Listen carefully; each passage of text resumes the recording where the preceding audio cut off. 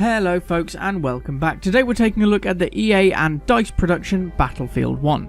Most people that we know have played and at least enjoyed Battlefield 4. It's got a sense of realism and scale that you don't get in many shooters these days, and we're glad to see that continued with this latest installment. We're especially glad, of course, to see that we're going back to the roots of warfare in gaming and deep into the trenches, dunes and skies of the Great War. Of course, multiplayer is the big draw for many people, and to be honest, it has much the same feel as its predecessor with the First World War skin wrapped around it. Of course, the weaponry has changed, but while a bit oldie-timey, the vehicles and objectives largely remain quite familiar. The big exception here really is that depending on which map you're fighting for, it's likely that you'll see one of the behemoth vehicles such as the Zeppelin, armoured train or battleship within Conquest or Operations modes when they come out to support the losing side. While the multiplayer is of course decent, it has the same usual Battlefield problems when trying to squad up, and from what we've found, it will take a little patience to get into a game. However, when you do, it's the same Battlefield squad-based combat, and with a World War edge to it, we've certainly enjoyed ourselves so far. The single-player campaign though is where Battlefield 1 really shines, and just to warn, there might be some slight spoilers here, but nothing past the first mission in each area. Battlefield throws you straight into frontline warfare with a slight history lesson and one very important line. You are not expected to survive. As you move forward and die through the first mission, you'll switch to another soldier on the battlefield, and this is something we would have loved to see carry on through the rest of the campaign, as it really adds into that tragic feeling of war. That said though, we'd advise not getting attached to your comrades, as the title does try and bring out a little less of the glory of warfare and a little more of the brutality. Battlefield 1 is officially rated by PEGI at 18, and we'll run that down for you here. Violence 10. There are some harrowing and frankly upsetting scenes as you make your way through the single player campaign. The senseless waste of life which war brings is etched onto your screen in naked, blood-stained visuals. Online and language both get 8. Of course, the online mode is a huge draw with Battlefield, and as ever you'll have the option of muting comms with the normal Xbox settings, but the squad-based play, if you're doing it properly, makes online communication vital, and likely a little expletive. The main game also contains, as you might expect from the front lines in World War I, an awful lot of salty language.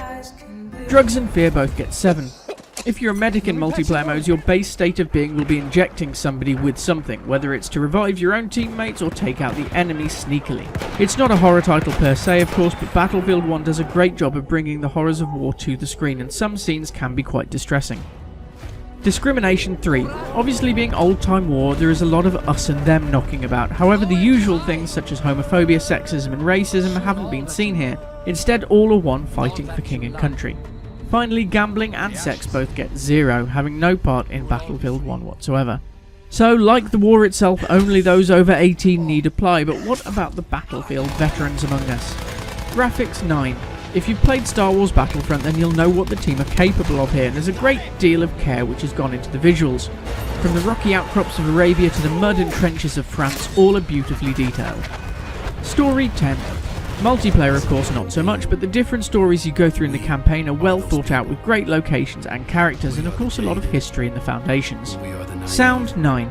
The in-game effects are good and the music well chosen, with a nice juxtaposition between the cheery tunes and the violence surrounding you at times. The change to apples and butter instead of alpha and bravo etc. might grate on some, but it's the closest we can get really to a real phonetic alphabet from the time. So thanks Navy. Replayability 8. There's not much within the main campaign of course, but the ability to go back to each individual level is welcome. The multiplayer modes, however, will keep folks coming back for more, and we've already got the urge to go back in and do our bit. Satisfaction 9.